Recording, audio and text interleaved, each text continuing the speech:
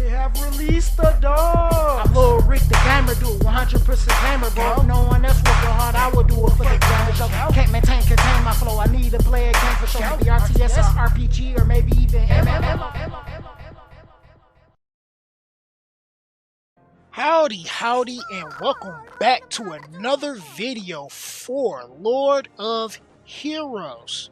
Yes. And I need you guys to hit that like and subscribe buttons as I post content daily. Link to our Discord where we talk about this game and other games that we play will be in the description box below, as well as the pinned comment below.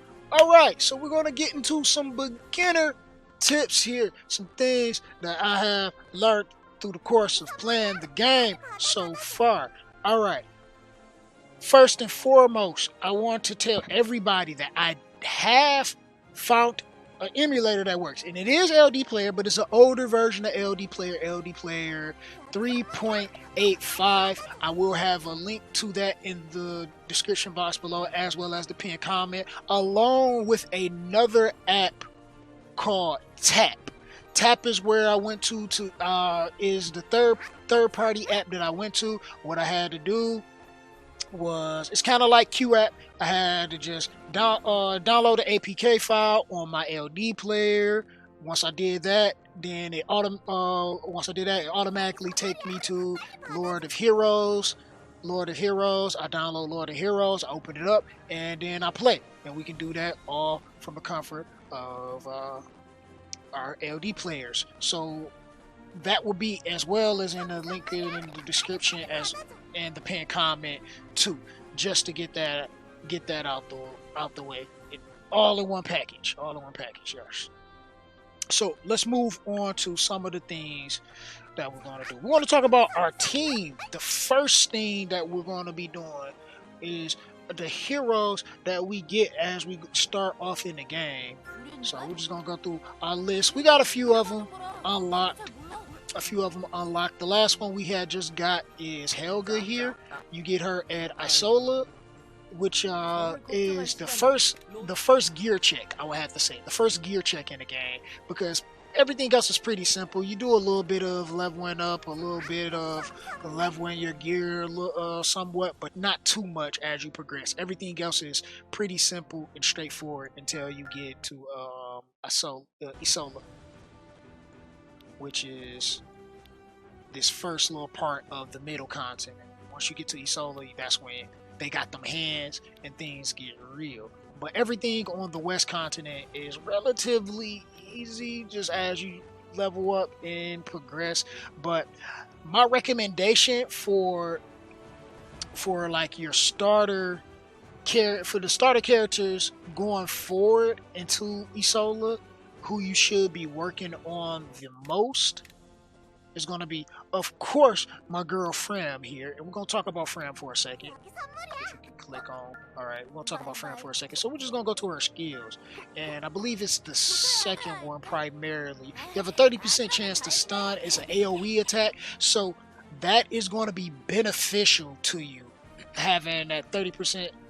Even though it's a 30% chance, having an AoE stun is going to be great once you're dealing with waves and things of that nature, especially as the content get a little more difficult and you can't one-shot waves all the time. So being able to stun is gonna be helpful.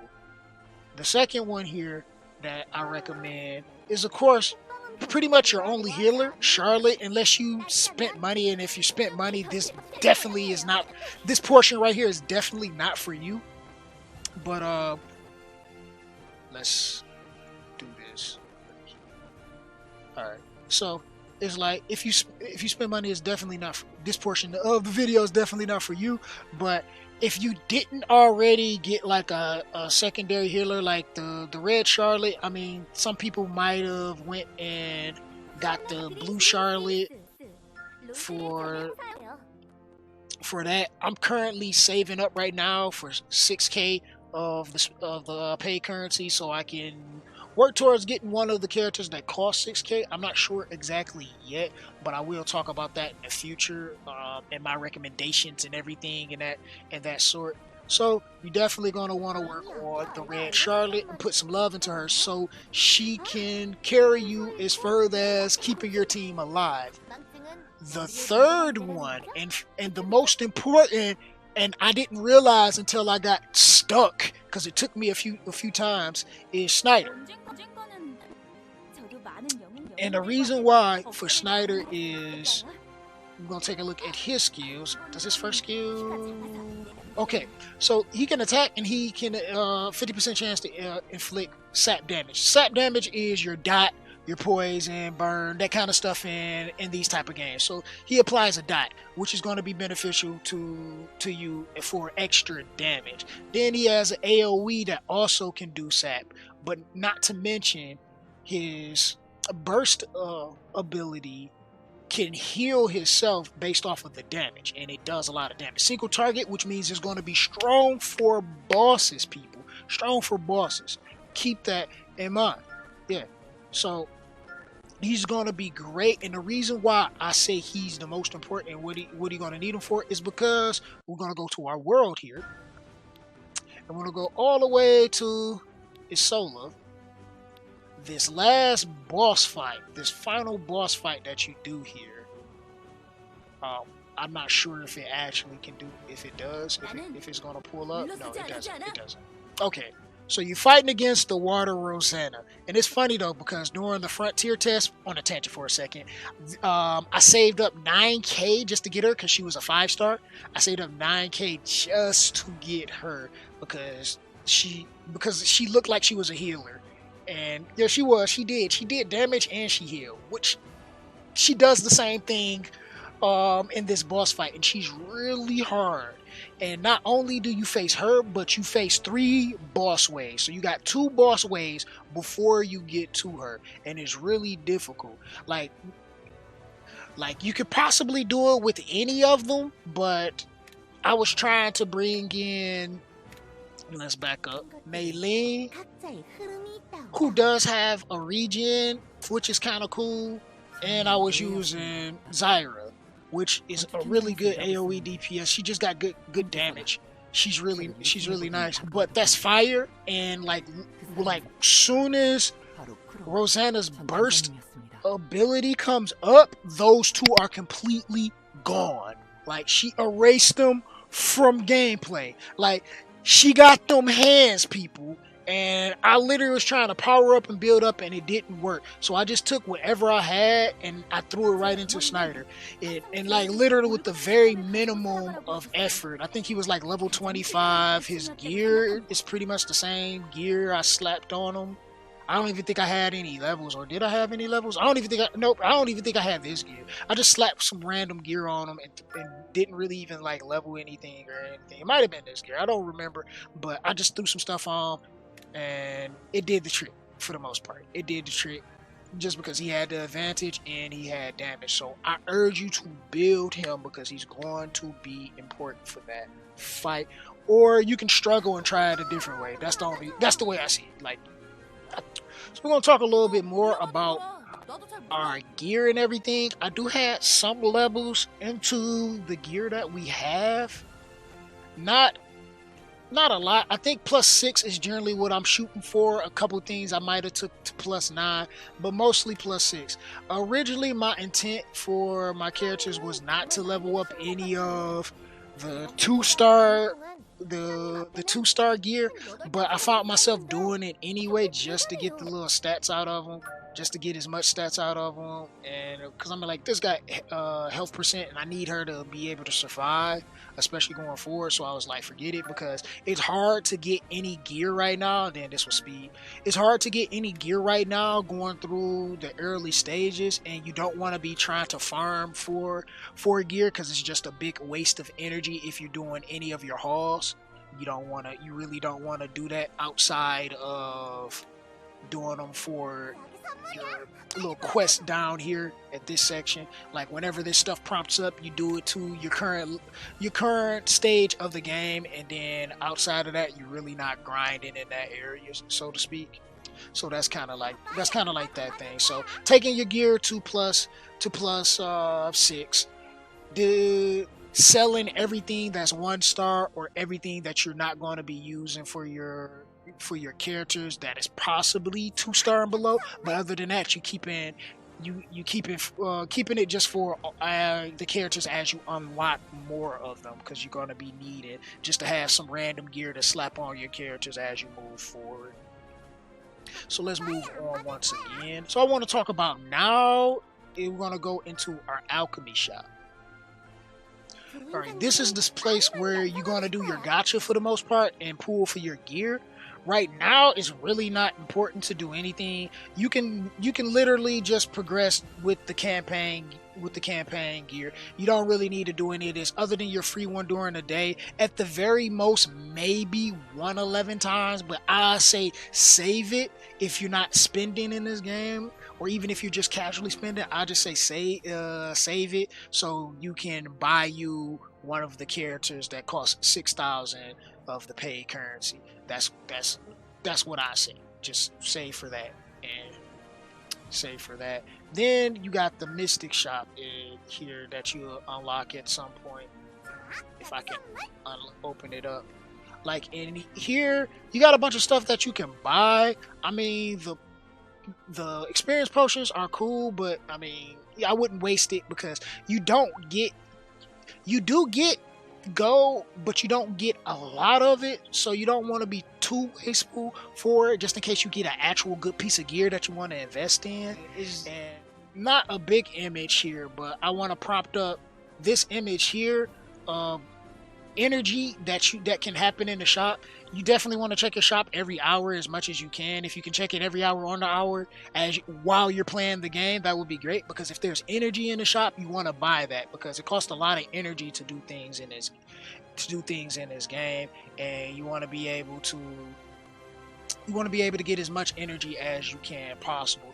You are going to get energy from energy as well as the paid currency from the GM, and as you complete feats and everything too. So you got energy in here, pay currency, gold. So as you complete more of this stuff,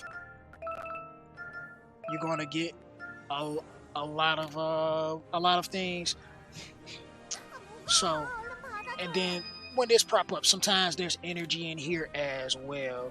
So that's kind of a thing that you want to look into, just to make sure you're getting as much energy as you can possible, because if you're grinding like crazy, you're gonna run out. And right now, I recommend saving up to buy a 6K character. I'm not exactly sure which one yet. I'm really gonna look into it and probably give my best judgment for that. Keep in mind, all content that I'm giving in this guide today will be updated as we uncover and learn more about the game, so you guys can have the best information as possible. Another thing that I want to share here is this hero contract that you're gonna get once you get through the game, and we're gonna prompt it up here. I started a second account because I wanted to pick a different one for the hero contract, and I just wanted to get a feel of this early game, to learn as much about the early game so I can give you guys the best information as possible. So if you haven't already subscribed to the channel, you need to, because I'm going to be telling you guys everything that you're going to be needing to know playing Lord of Heroes. Alright, so on my main account, so far I went with Lyrae, I think that's what that says. But this one, I'm leaning towards going to Lucilica. I went for Lyrae just because of her farming capabilities and having double AoEs. I'm thinking Lucilica for this one just because of her single target abilities, her self heals, and her strength against bosses. She's going to be strong in boss fights, so I'm thinking of that. And once I start me another account, because that's going to happen, we're going to go with Kron, just because he's going to be good for making sure we take first turn, so that'd be great PvP wise. I don't think he's going to be the best early on. It's probably between Lucilica and Lyrae, but I'm still not quite sure who's going to be more beneficial, because you have a time frame for you to be able to actually get them. And we go back here to the main. So after 15 days, you're able to get her. By then, you're going to be pretty progressed. So I'm not exactly sure what is going to be the most beneficial at that time. But once we get that far into the game and really get to see how things are, and I'll definitely give you guys my best judgment on that as well. So we're going to talk about alliances here. Right now, there's not really much the alliances provide. I mean, you do kind of get, you can kind of get items and stuff. Look at that, we got energy. It's okay. Shut up, gamer. You don't know nothing. You do get plenty of stuff from the alliances. All right, outside of just the alliances gifts, there's really not much else the alliances do. But definitely should join one. Zodiac ZP. We looking for more of you guys. I do appreciate the people that have joined the Discord and have joined the guild and everything. You know, it's been fun chatting with you guys and talking more about the game. Definitely like to do more of that. So if you guys are looking for an alliance and everything, yeah, definitely come on by the Discord, hang out with us, and have a good time. Another thing that's going to give you some resources is going to be your expeditions. Now, generally, I'm grabbing renown for the most part because we want to get renown because we're going to need that to unlock characters moving forward. And I'm going to save mine all the way up until 1 million because there's a character in particular that I want to try out on this account. Really not going to talk about it like right now because it's not that important right now because really don't know how things are going to play out, so I don't want to tell you guys to do the same thing and it's not good, at least in this instant. But if energy is in here, I go with the energy before the renown, hands down. Anytime I got an option to get energy, I'm going to get as much as that as I can possible because I want to be able to have the most energy I can possible. So we're just going to go through and clear that. One potion, yeah, what else? Renown, I'll take that. So that's that. I guess we can collect everybody. Alright, so we get our extra pieces of thing, then we just go back into and then we just click the select all. So as you open up places and get more characters, you can send them out to do it, and it does cost energy as well. So the energy we made off of this, it made it cheaper for us to send them back out, so to speak. So that kind of thing. All right, let's go to our halls, our primitive halls. Here, you're not going to grind these yet. Eventually, they're going to be important for you to grind to get all your materials to progress your characters further, but they're not quite important yet. What I suggest is for you to go through and clear as high as you can possible so you can get all of the paid currency you can get possible, because every time you clear a new one you get 100. That stuff is going to add up, so you want to be able to clear as much as that as you do possible, because you're going to spend quite a bit of energy as you go through it, and it gets progressively more expensive on the amount of energy it costs to do so. So I say just do it for when you need to quest for it and in this section, and do it to get the extra paid currency just in that regard. And that's about it there. I think that'll wrap it up for today's beginner tips. I hope this has been beneficial and helpful to you guys out there. And if it did, make sure you smash that like button. Link to our Discord where we talk about this game and other games we play will be in the description box below, as well as the pinned comment below. You can play this on emulator. That will also, the links to what you need to do that will be in the description box below, as well as the pinned comment below. If you new here, we are covering this game, so there's no reason for you not to subscribe and turn those post notifications on so you can see my videos when they go live, people. And this is your host, GamerDude2088, and I will see you next time. And I'm out. Deuces.